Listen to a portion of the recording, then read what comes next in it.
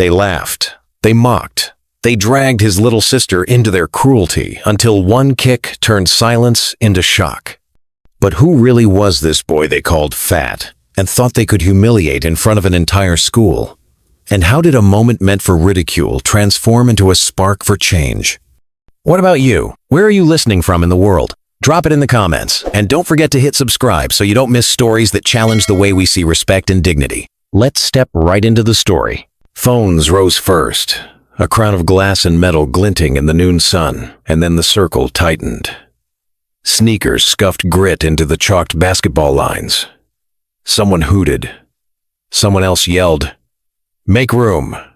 The smell of cafeteria fries drifted from the open doors, greasy and sweet, sticking to the heat. Malik stood near the edge, a backpack strap digging into his shoulder, trying to angle his body away from the lenses. The crowd had that hungry tone to it, the one he'd learned meant a show was about to start and they were already writing the captions in their heads. A tall boy in a varsity jacket strutted in the vacant center, like it was a stage he'd paid for. He held up a single finger, then bowed with exaggerated sarcasm as whistles broke out. "Come on, big man," the boy called, voice syrupy with fake friendliness. "Let's see some moves." Laughter crackled around the ring.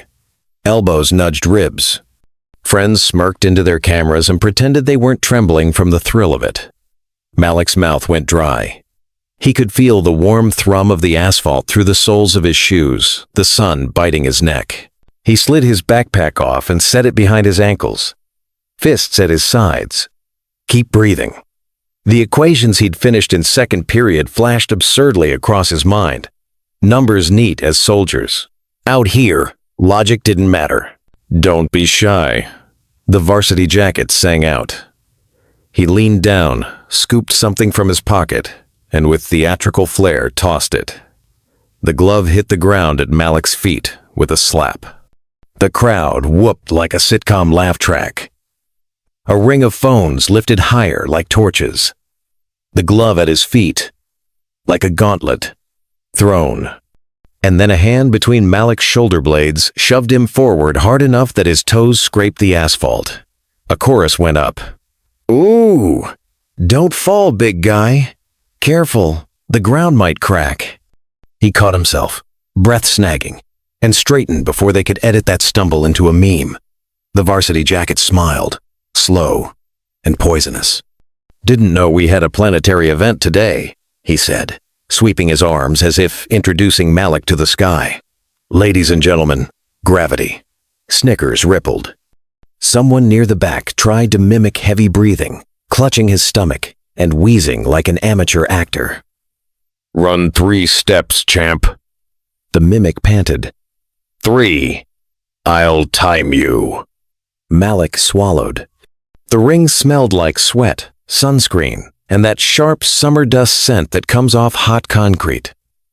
He could feel his t-shirt clinging to his shoulder blades.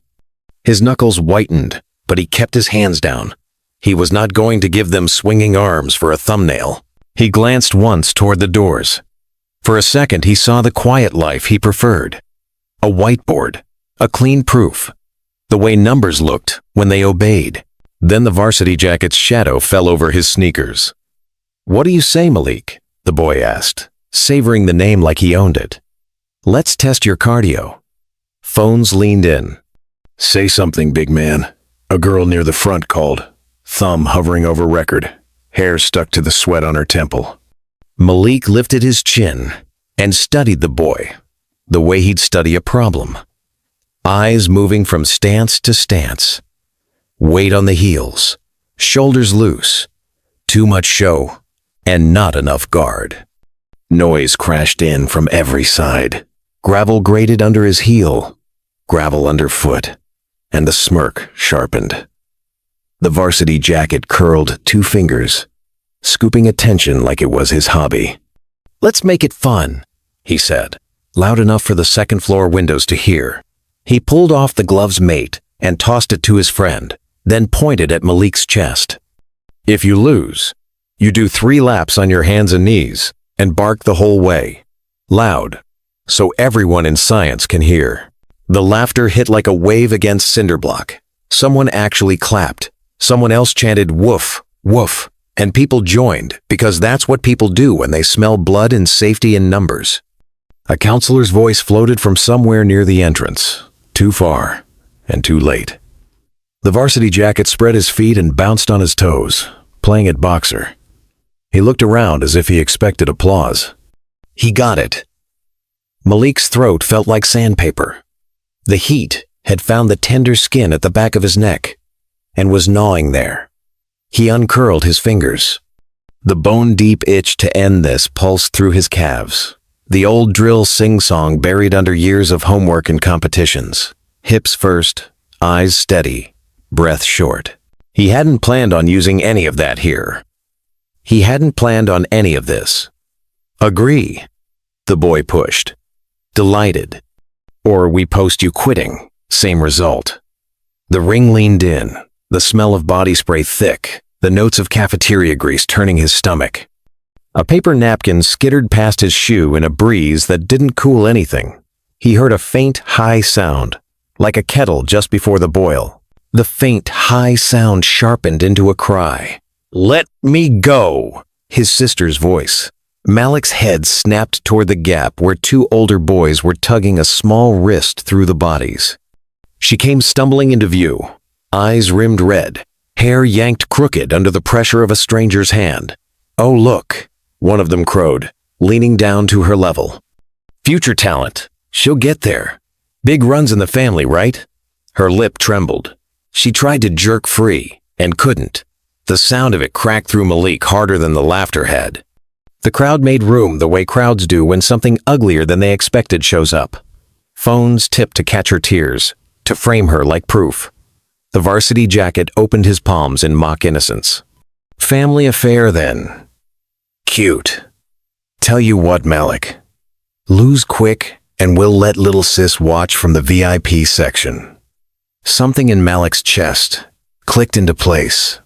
The sun pressed on the crown of his head. The asphalt radiated up into his calves. He turned back to the boy in the jacket. Eyes calm now. The way the sky looks just before a storm remembers what an island. "Deal," Malik said, voice flat and carrying. "But don't regret it." The ring inhaled as one. A phone slipped from somebody's sweaty hand and hit the asphalt with a brittle crack. The varsity jacket grinned like a game show host. "Hear that?" He didn't finish. Malik stepped forward onto the warm grit, set his feet, and lifted his hands from his sides, not high yet, just enough to promise something. His sister's sobs shivered through the noise behind him. The glove lay between them in the sun, fingers curled like a dare. The classroom smelled of chalk dust and old floor wax, the kind of scent that clung to a school like an invisible banner declaring its age. Malik sat in the second row, notebook open, pencil racing across the page in neat angled lines. Equations unfolded as easily for him as breathing. The teacher's voice was a monotone drone, but Malik's mind was 3 steps ahead, solving, checking, building toward answers before the class had even grasped the problem. Here, he was untouchable. Here, his weight, his skin, his silence meant nothing. On the board, he was flawless. Numbers didn't whisper behind his back or record him on a phone. Numbers didn't laugh. They obeyed, precise and fair, rewarding patience and logic. His pencil scratched in rhythm, steady as a heartbeat, until the bell shattered the quiet and the desks screeched in their desperate shuffle for freedom. The hallway was a hive again, a wall of sound. "Move! Move! Let's go!" Laughter, shouts, the metallic slam of lockers. Malik kept his eyes down, hugged his books to his chest. He slipped past clusters of kids with the quiet grace of someone practiced at disappearing. They saw his body, never his scores. Nobody cared that he was already shortlisted for the state math competition, that his teachers used his proofs as examples. To them, he was just big, just black, just another target with an easy laugh attached. At the far end of the hall, the library's glass doors offered him sanctuary. Inside, the air shifted cooler, dustier. filled with the dry perfume of paper and old glue. Shelves rose like sentries. Malik breathed easier. He dropped into his usual corner seat near the window, setting his books in a neat stack. His reflection ghosted on the glass, round cheeks, wide shoulders, shirt stretched at the buttons, a body they mocked, not the mind that lived inside it. He stared for a long moment, then bent his head over a calculus text, pencil tapping at the margin. But memory tugged him backward, to late afternoons in the yard when his uncle made him move until sweat slicked his skin and breath tore at his chest. He could still hear the pop of leather pads, the thud of his own foot connecting clean, the barked corrections hips first, balance steady. Again. Again. "You don't fight to show off," his uncle had said, squatting to Malik's level, eyes serious. "You fight because sometimes the world won't give you another choice. And when that day comes, you end it fast." Malik had been 11, legs still awkward, belly soft, but his eyes had burned with the need to prove he wasn't weak. The drills had carved something inside him, a blade hidden under layers others only saw as softness. The echo of that blade hummed when he thought of his sister. She was 10, smaller, fragile, in ways he wasn't allowed to be. Last night she had curled up beside him on the couch after finishing her spelling homework, voice trembling as she asked, "Why do they hate us?" He hadn't had an answer worth giving. Instead, he'd wrapped an arm around her shoulders and whispered, "I'll make sure no one hurts you." He meant it. The promise sat heavy in his chest now, pulsing like a second heartbeat. Outside the window, the sky pressed pale against the horizon. A flock of birds shifted, wheeling together, scattering, reforming. Malik traced their arc with his eyes, his pencil stilled. He knew what everyone expected of him. Silence, submission, the quiet laugh track to someone else's show. But beneath the shirts too tight and the jokes too cruel, there was steel, and there was math, and there was promise. He pressed his palm flat against the page, anchoring himself. Somewhere in the schoolyard, kids were still trading clips of yesterday's mockery, replaying his humiliation for laughs. He could almost hear the tinny audio bleeding from a phone speaker. His name, their howls. He closed his eyes, breathed through the sting. When he opened them, the equation in front of him snapped back into focus. He solved it in 2 neat steps, pencil scratching, line clean. The solution was exact. No room for debate, no space for mockery. For a moment, the world narrowed to graphite, paper, the satisfying slide of logic fitting into place. He leaned back, jaw set. His reflection in the glass was still there, round face framed in the window, but behind the glass his eyes were sharp. The numbers had reminded him of something important. He wasn't helpless. He never had been.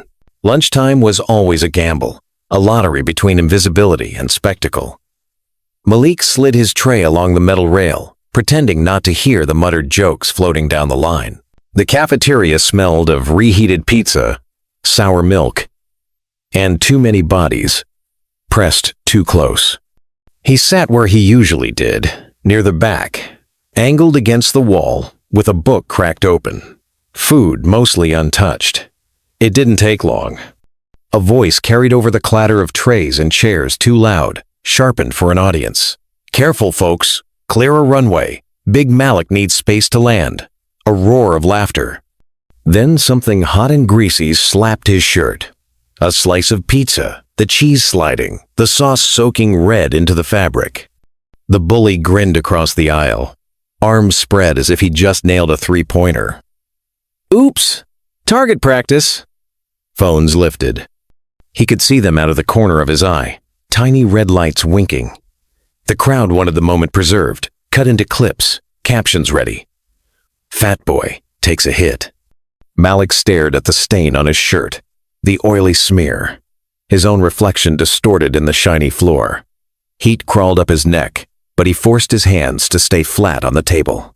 And then his sister's voice broke through the noise. Higher, frightened, she had been walking toward him with her lunch tray when two older boys cut her off.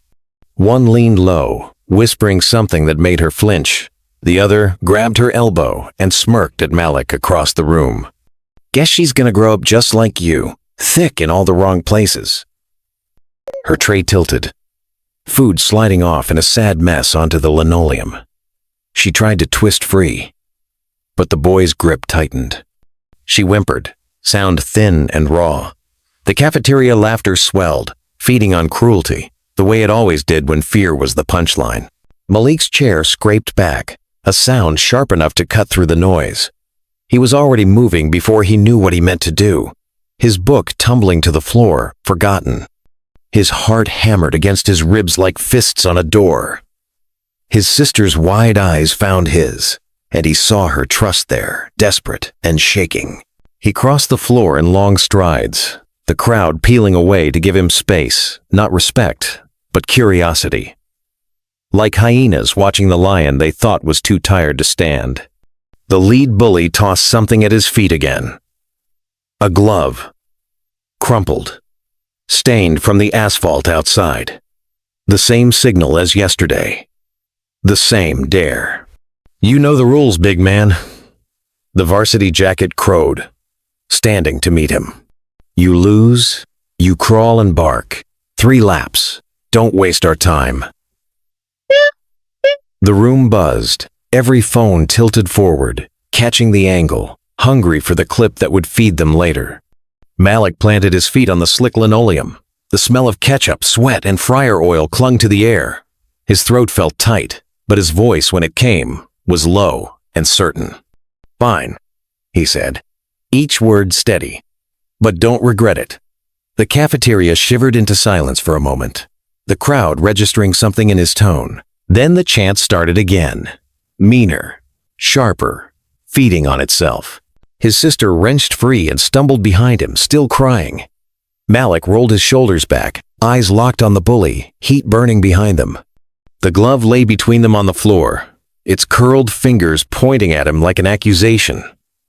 Malik's shadow fell across it as he stepped closer, ready. The circle sealed itself tight, bodies pressed shoulder to shoulder. The cafeteria erupting into the kind of primal roar that only cruelty could summon. The lead bully stepped forward, cracking his neck as though this were some championship fight. He bounced lightly on the balls of his feet, that self-satisfied grin never leaving his face. Phones rose higher, recording every second, the glow of screens reflecting off flushed cheeks. Without warning, the bully launched himself into a high kick aimed at Malik's head. The air split with a whoosh as his leg cut through it. Malik ducked, instinct snapping alive, the kick whistling past the crown of his head. Gasps tore out of the crowd, followed instantly by laughter from those who assumed Malik had only dodged by chance. He straightened, his eyes calm, though his pulse beat like a drumline in his ears. The bully didn't wait. He spun, then lashed out with another kick, and another. 3 in a row, rapid, slamming Malik back toward the painted cinderblock wall. The thud of sneaker soles echoed. The crowd chanted, their voices rising. "Loser. Loser." Spit flew. Fries littered the floor underfoot, the smell of grease and sweat clinging to everything. Malik's shoulders brushed the wall, rough paint biting into his shirt. The bully sneered, certain the victory was already his. But Malik had learned a different rhythm. His uncle's voice whispered in his head, hips first, balance steady, end it fast. Malik's breath came out slow. He shifted his weight, one sharp pivot on the ball of his foot. In that split instant, he saw the bully's chest wide open, his momentum reckless. Malik twisted his hips, exhaled, and drove his leg out in one clean arc. The kick landed with a crack that silenced the cafeteria. It wasn't just sound, it was impact felt in bones and tables, the kind of hit that left no doubt. The bully's body snapped back, his eyes wide, before he crashed to the floor in a heap. The noise that followed wasn't laughter. It was nothing. Silence swallowed the room whole. For a beat, All anyone heard was the echo of the fall and the scrape of the bully's limbs against the tile. A phone slipped from someone's trembling hand and shattered its screen. The crowd froze, suspended between disbelief and awe, mouths open, but no words spilling out. Malik stood where he'd struck, chest rising slow, eyes steady. He hadn't moved to gloat or shout. His foot lowered back to the floor with measured calm, as if it had always belonged there. The bully lay sprawled on the ground, unmoving, the self-assured grin erased, replaced with the slack stillness of defeat. The phones were still rolling, but none of their owners remembered to cheer. Instead, they captured a different story. A boy they'd mocked and dismissed, standing tall, while their champion lay broken at his feet. The silence pressed heavier than any chant, broken only by Malik's sister's sharp sob from the edge of the crowd. And in that breathless pause, Malik knew everything had shifted. The room seemed to forget how to breathe. Where laughter had just swelled, now only stunned stillness lingered. Dozens of phones trembled in midair, red lights still blinking, screens capturing a scene nobody had scripted. Somewhere in the crowd, a phone slipped through sweaty fingers, smacked the floor, and cracked down the middle. No one bent to pick it up. Malik lowered his leg, steady and deliberate, as if refusing to rush was the only control he had left. His chest rose and fell in a rhythm calmer than he felt, but his eyes didn't waver.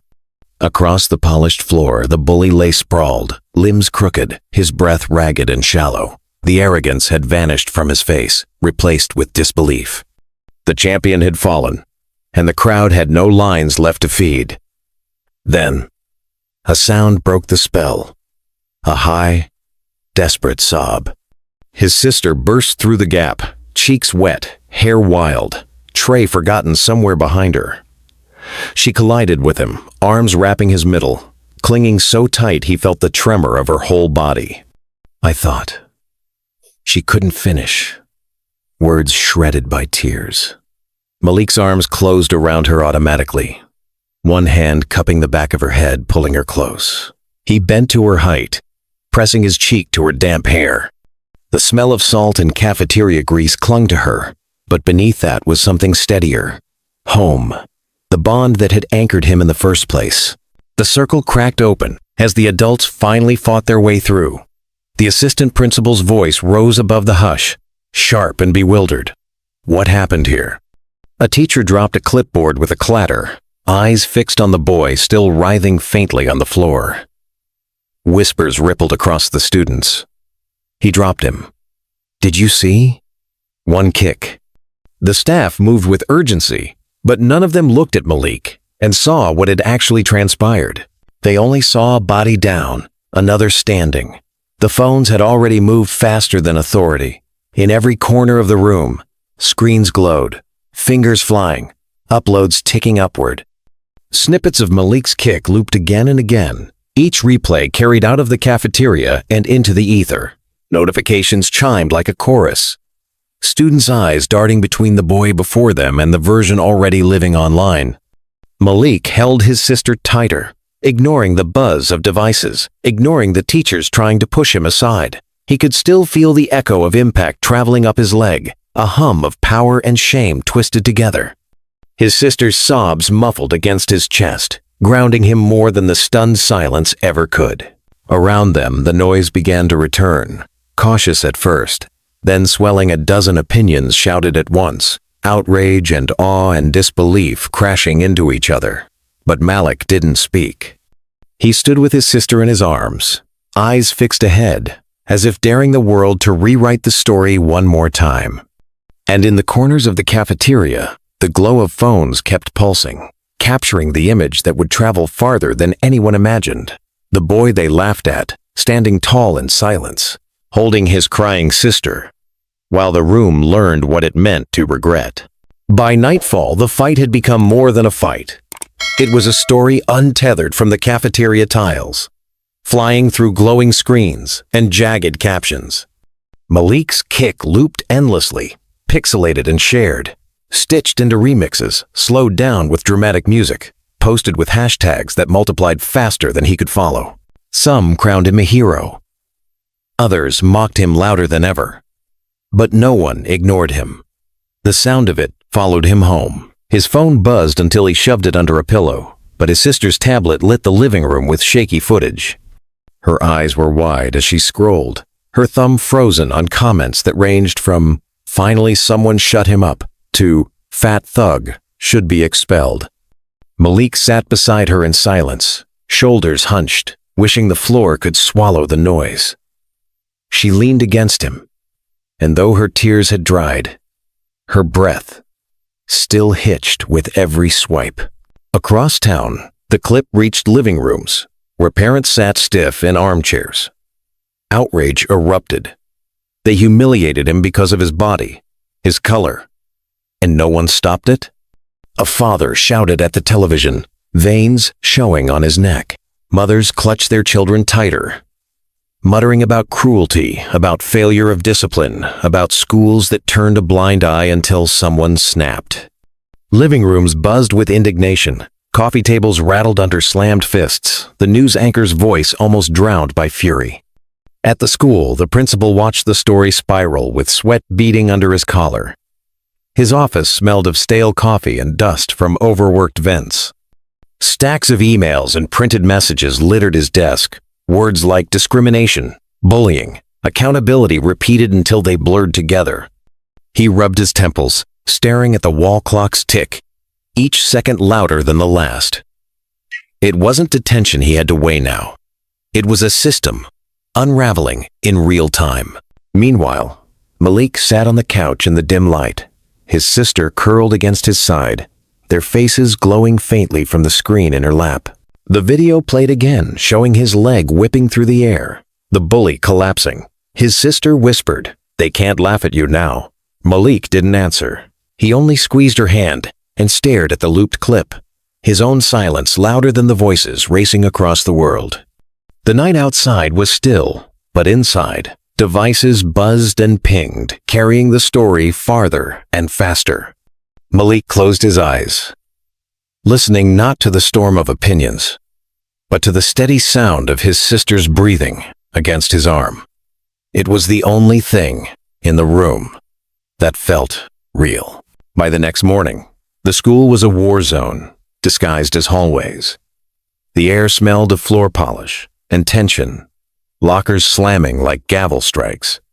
Students split themselves into two camps with invisible chalk lines, those who whispered "legend" when Malik passed, and those who hissed "monster" under their breath. Everywhere he walked, he felt the weight of 1,000 glances, some reverent, some sharp as knives. The parents of the fallen bully stormed the front office before the first bell even rang. Their voices carried down the corridor, dripping venom. "He should be expelled. A violent brute doesn't belong here." Perfume and aftershave clung to their anger, thick and suffocating. They waved printed screenshots of the viral video like court evidence, their words loud enough to make even the receptionist shrink back. The principal tried to quiet them, voice strangled with rehearsed diplomacy. But the fury only grew louder, feeding on itself. Inside classrooms, the division sharpened. When Malik slid into his seat, pencils paused mid-scribble. A boy muttered, "Don't piss him off, or he'll kick you into next week," drawing a ripple of nervous laughter. Others looked at him with something close to awe, like he'd sprouted wings overnight. But his teacher didn't share the awe. Halfway through the lesson, she stopped, chalk snapping against the board as she turned on him. "Violence is never the answer, Malik. You could have seriously hurt someone. Do you understand that?" Her voice quivered with disapproval meant for the whole class to hear. Malik held her gaze.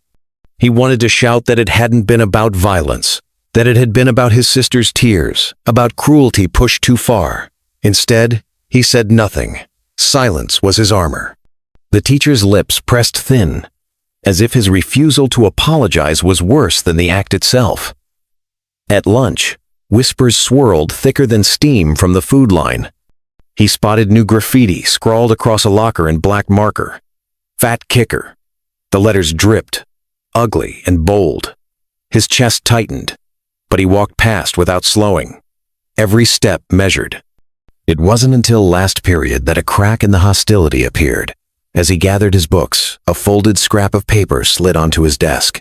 He glanced up, catching only the faint retreat of a hand and the quick shuffle of footsteps away.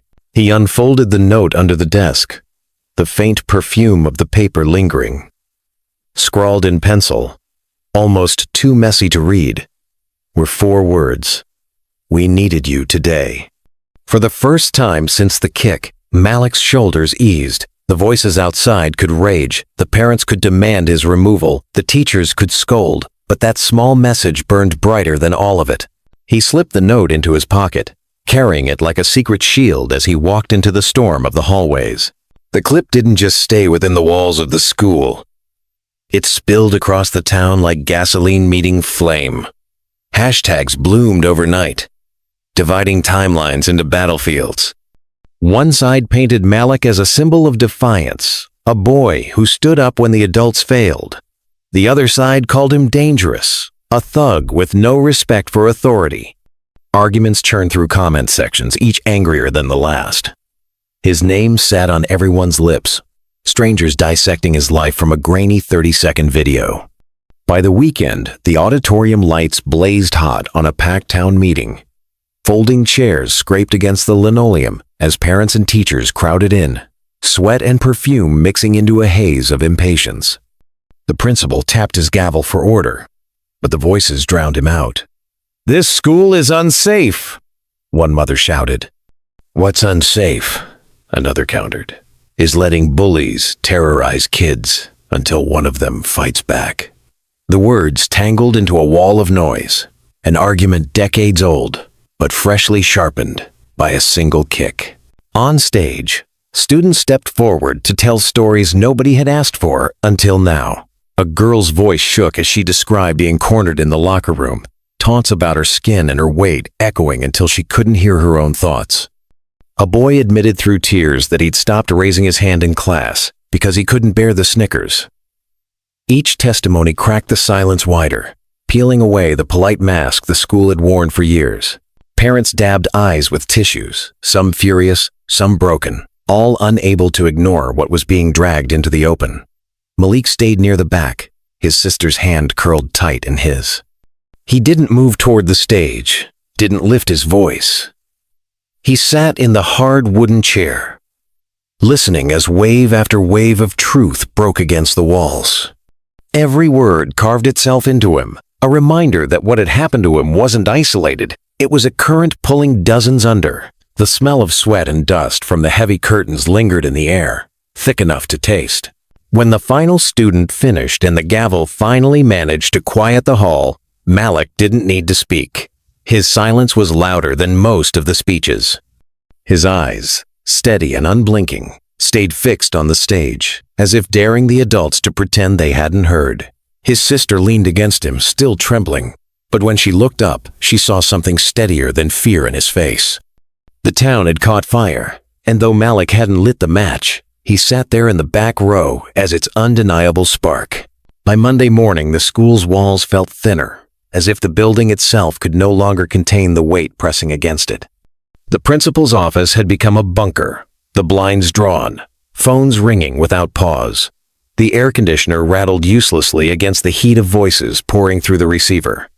On his desk lay a mountain of papers, emails printed, complaints scrawled, petitions signed. Words like accountability and systemic failure bled through every sheet. He stared at them with bloodshot eyes, his hand hovering over a resignation letter he wasn't brave enough to sign. In the teacher's lounge, the split was visible. One group leaned forward in their seats, voices sharp, arguing that Malik's violence could not be excused. Another group pushed back, saying discipline meant nothing if the institution ignored cruelty until it boiled over. Coffee steamed between them, the bitter smell cutting through their words. Chalk dust clung to the cuffs of sleeves, a reminder of lessons interrupted by whispers and tension. No one laughed. The room felt like a court, and no verdict seemed possible. Malik found himself pulled into the storm, whether he wanted it or not.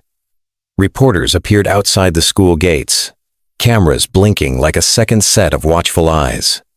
They called his name, asked if he felt proud, if he thought he was a hero, if he believed violence solved anything. The microphones crowded his space, cold metal tips nearly grazing his cheek. Malik blinked against the flashbulbs. His sister stood just behind him, clutching his backpack straps as though she could anchor him to the ground. He could have stayed silent, could have walked past, but the questions pressed too hard. His voice, when it came, was low, but carried through the static. It wasn't about pride, he said. It was about respect. The crowd of cameras stilled, pens pausing mid-scratch. For once, no one jeered. No one laughed. The words hung heavy in the air, simple enough to cut through the noise.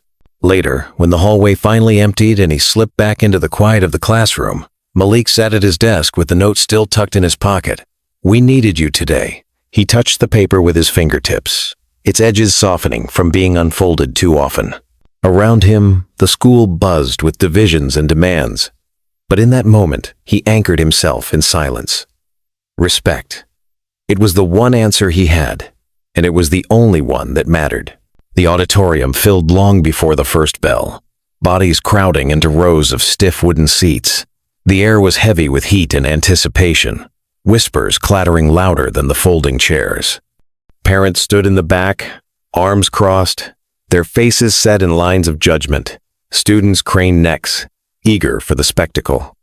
Dust rose from the thick curtains each time someone brushed past them, hanging in the shafts of light that cut across the stage. When the principal stepped to the microphone, the room exhaled as one. He cleared his throat, voice already tight. "The incident last week was more than a fight," he began. His words echoed against the high ceiling, bouncing back to him as if the building itself demanded an answer. It was a lesson, painful, public, and one we cannot ignore. This school failed to protect its students from cruelty, from humiliation. That ends today. The crowd stirred, some nodding, others muttering.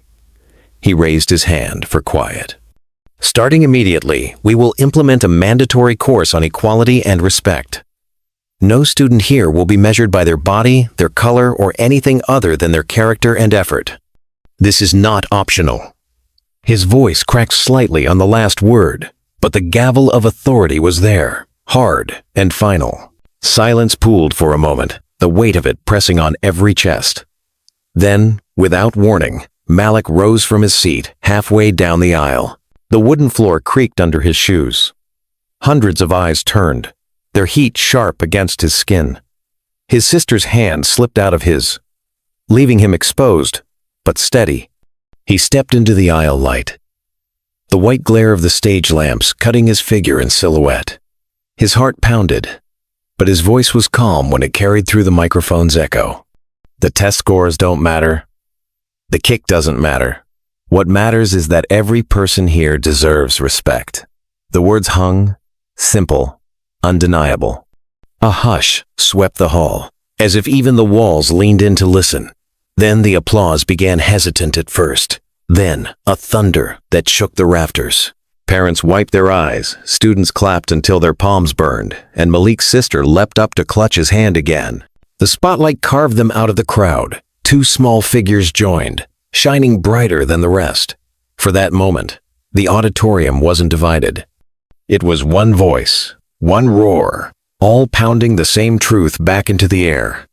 Respect was no longer negotiable. By the next week, the hallways no longer looked the same. The cruel posters and whispered nicknames had vanished, replaced by new banners taped to lockers and walls. Fresh ink carried words like "respect matters" and "every voice counts." Some were printed neatly on colored paper, others were scribbled in marker, crooked letters pressed into notebook pages. The smell of glue and ink lingered, the sound of staplers snapping, echoing between classes. Where mockery once bloomed, messages of defiance and solidarity now took root. Malik's sister walked through those halls with her head higher than he'd ever seen. She smiled easily, laughter spilling out as her friends surrounded her. No one yanked her arm. No one whispered cruel predictions about her body or her future. She passed lockers with confidence, sneakers tapping the floor in a rhythm that sounded like freedom. Sunlight streamed through high windows, catching the shine in her hair as she turned back to grin at him from down the corridor. Malik, for his part, sought quiet. He sat on the old bench by the practice field, the wood creaking beneath his weight. A notebook balanced on his knee, the familiar smell of spring grass rising from the earth. Equations lined the page in neat graphite rows, their precision comforting, their certainty a balm against the chaos of the past weeks. The breeze lifted strands of his hair, cool against the sweat at his temples.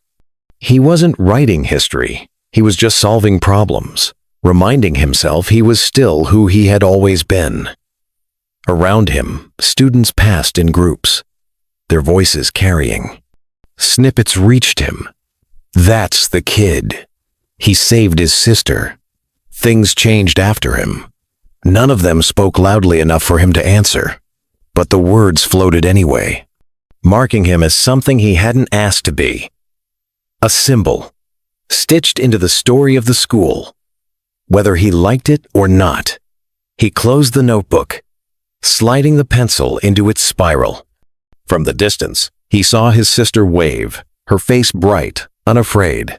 He raised a hand in return, a small gesture, but steady. The locker door slammed, footsteps echoed. The day marched on, and Malik rose from the bench, his silhouette sharp in the afternoon light. He didn't speak, didn't claim the role they whispered about, but he carried it all the same. Not as a crown, not as a burden, simply as truth.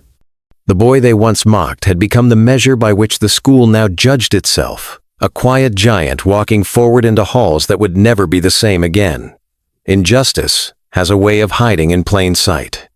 It doesn't always come dressed as violence or obvious cruelty. Sometimes it whispers in jokes, in casual comments, in the way a crowd laughs while one kid is humiliated.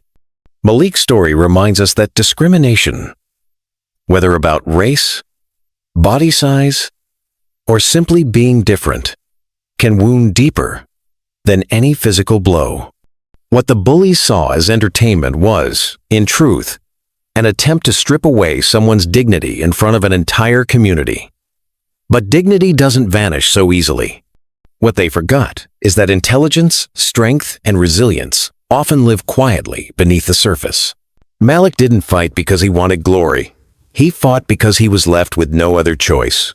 His single act of defiance pulled the mask off a system that had ignored cruelty for too long. Suddenly, parents, teachers, and students had to face the uncomfortable truth. The real violence wasn't in his kick, but in the daily taunts that led to it. Stories like this matter because they force us to look harder at the world we live in and ask, are we complicit by staying silent? If you believe voices like Malik's deserve to be heard, subscribe and stay with us for more stories that challenge, provoke, and inspire change.